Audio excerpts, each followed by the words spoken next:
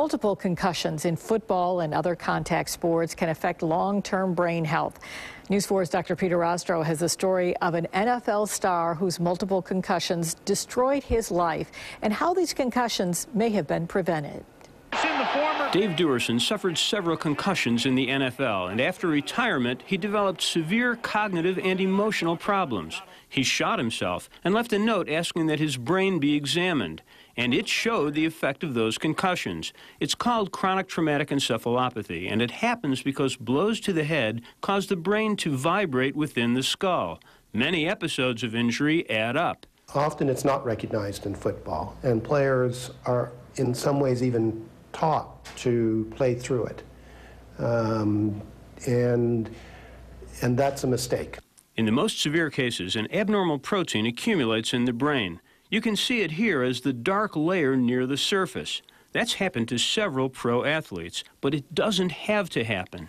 The vast majority of concussions, if handled properly, leave no effect.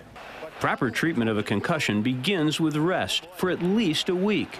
Those are best managed and can only be managed by rest. Any activity during that period of time will prolong the symptoms and maybe even prevent recovery. Dr. Willer has helped hundreds of people recover from concussions. He points out that sports leagues like the NHL are taking steps to minimize injury to their players. If there's any hint of concussion, they must leave the ice, go to the dressing room, to a quiet place, and be examined by the physician.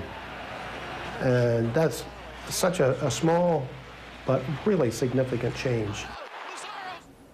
Now, other professional sports are also paying more attention to concussions, and so are scholastic and youth leagues, and it's worth pointing out that the serious consequences like dementia and emotional problems, those have happened to only a small number of people, and most of them were pro athletes who had multiple serious blows to the head. But I know parents are very concerned. Their child wants to play contact sport, football. What do you do about that? You let them play.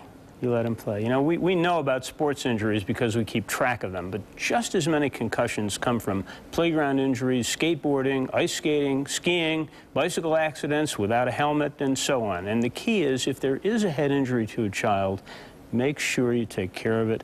Don't let the child go back to an activity until recovery is complete. They need that recovery time. All right, thanks so much, Doctor.